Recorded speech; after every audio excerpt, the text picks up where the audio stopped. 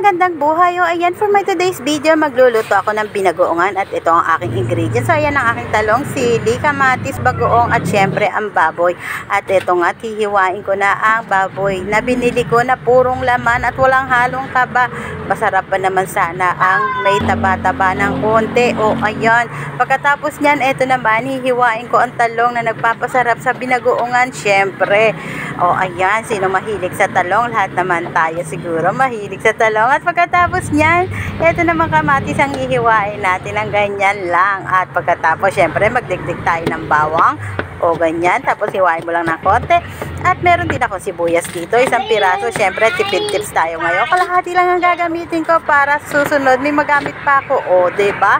At pagkatapos nga yan, maghihiwa naman ako ng sili. O, ayan, 2 piraso lang kasi ayaw nila ng maanghang at may batang kakain.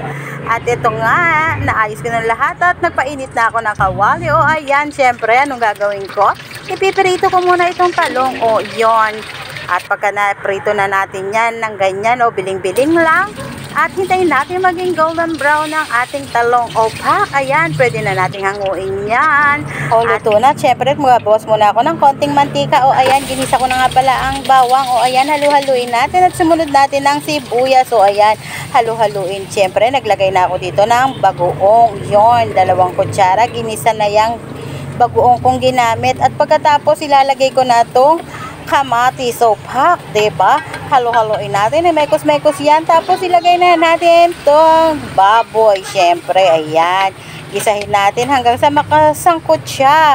At naglagay akong konting bechin, paminta, at halo-haloin ng konti. Siyempre, at pagkatapos niyan, tatakpan natin para maluto sa sangkot siya. O, yun, 2 minuto lang yan. So, ayan, after 2 minutes nga na to, ayan, bubuksan ko na. O, pak, ang bango-bango ng aking niluluto. O, ayun, nagugutom tuloy ako.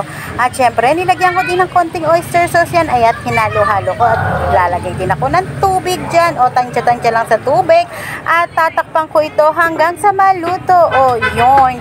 At heto na nga at aking bubuksan kasi alam ko luto na yan at napalambot ko na. O, yun, nakita nyo naman. Oh, tiyak na mapaparami na naman ang kain ko na ito. Ito nga, lalagay ko na ang sili, syempre.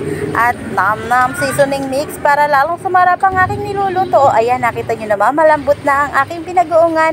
At syempre, ilalagay ko na itong talong na nagpapasarap sa binagoongan. Ayan, konting halo-halo. O, pak! Nakita nyo naman, o yun, ang aking binagoongan, luto na at pwede na tayong kumain. Ilalagay ko na nga pala ito sa serving para maihain na. O yan, nakita nyo naman ang ating pagkain. So yun, try nyo na ang aking menu na binagoongan. So yun, pak, tara, mapapa-extra rice ka sa sarap nito.